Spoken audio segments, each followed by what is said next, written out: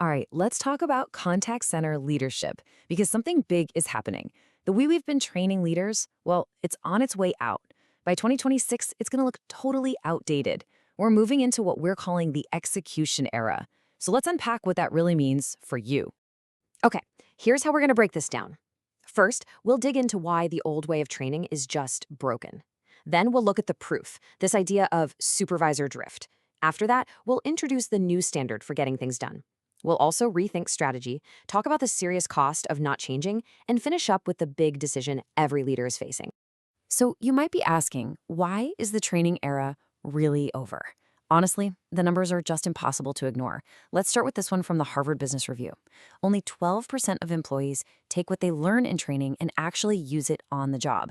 Just 12%. Think about that. That's a huge disconnect between what we spend and what we actually get. And believe it or not, it gets worse. Research from McKinsey shows that a staggering 87% of all that knowledge from training, it's gone within a month. I mean, just let that sink in. Almost everything you're teaching your leaders just vanishes into thin air. And then, just to put a final nail in the coffin, the Association for Talent Development found that the amount of training that actually gets used on the job, they call it the transfer rate, is only about 10 to 20%. So, look, what we're talking about here isn't just a leaky bucket. It's a bucket that was designed with holes in it from the start. It's a complete structural failure. So that brings us right to our first big point. And let's be super clear here. This isn't about blaming bad trainers or boring PowerPoint slides. The problem is much deeper. It's a failure in the architecture of how we develop leaders. And this right here, this quote just nails it. It's not that the content is bad. The problem is the huge disconnect between learning something in a quiet classroom and then trying to apply it on a chaotic contact center floor. There's just no bridge, nothing to connect the two worlds. And you know what? The science of how our brains work backs this up 100%. You've probably heard of the forgetting curve, right? It basically says our brains are wired to forget stuff if we don't use it. It's natural. Then there's working memory. A busy supervisor is juggling a million things. They're just not going to recall some complex idea from a training session weeks ago. It's cognitive overload. And skills are sticky. They stick to the place where you learned them. So what you learn in a classroom tends to stay in the classroom. Finally, without constant practice, what do? We fall back on our old habits. It's just what we do as humans. Okay, so if the whole system is broken, what does that actually look like on the ground? Well, it shows up as something we call supervisor drift. This is that invisible gap that opens up between the strategy you think your leaders are following and what they're actually doing day in and day out. So let's be really clear about what we mean by that. Supervisor drift is this gradual, almost unconscious wandering away from the standards. It's important to know this isn't your supervisors rebelling. It's more like a slow, natural erosion of process. It creates this invisible gap between your grand strategy and what really happens on the front lines. This chart here is a great way to visualize what's happening. That straight line, that's your standard. That's the playbook. It's what you want to happen. But that wavy line, well, that's reality. You see, human factors start to creep in. Fear of a tough conversation might pull performance down. A bit of overconfidence might push it in another direction. And over time, this slow drift creates these massive, unpredictable swings in performance across your teams. And here's the kicker. This drift, it isn't random. It's actually super predictable. It's driven by four specific and, let's face it, totally human factors. We call them the FONE factors. FONE. First, there's fear. Avoiding those difficult but necessary coaching conversations.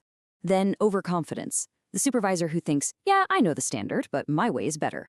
Next, negative impressions. This is all about wanting to look competent so you don't ask for help or clarification when you really need it. And finally, execution blindness. This is a big one. It's the simple inability for leaders to even see the inconsistencies happening on their own teams. And a 2-day training workshop isn't going to fix any of these. They're just part of the human condition. Okay, so we've spent some time on the problem. We get it. It's big. So now what? What's the solution? If the training era is over, what comes next?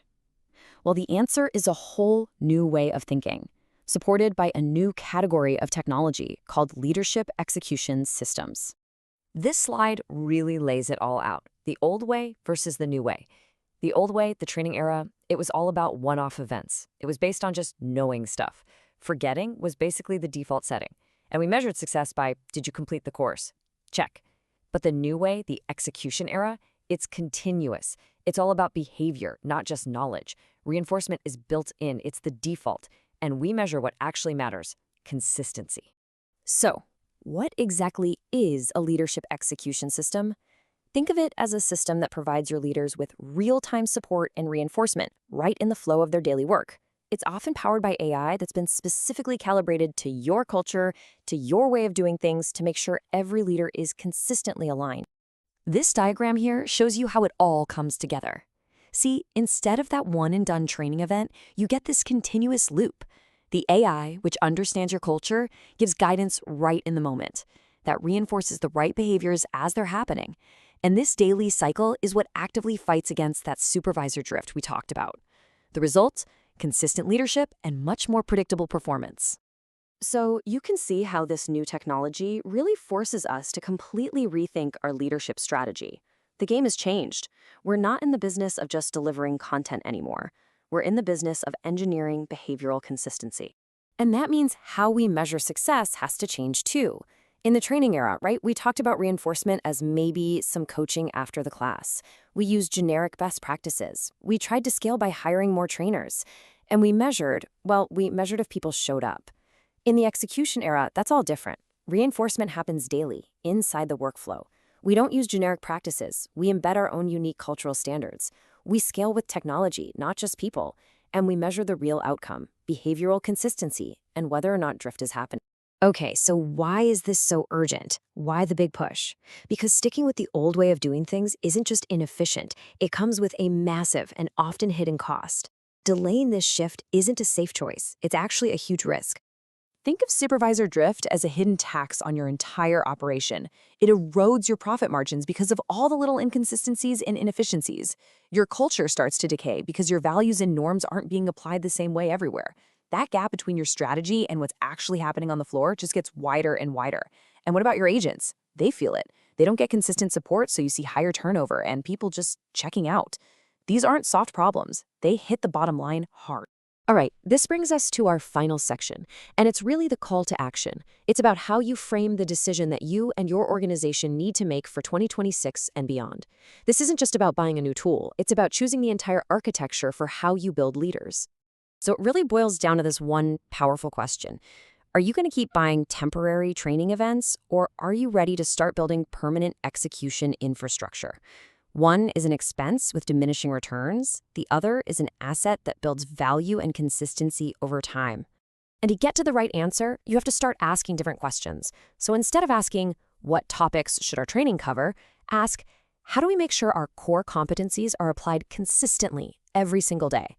Instead of, how many days should the training be, ask, how do we create a system of continuous daily support for our leaders? And maybe the biggest shift of all, stop asking, did people like the training?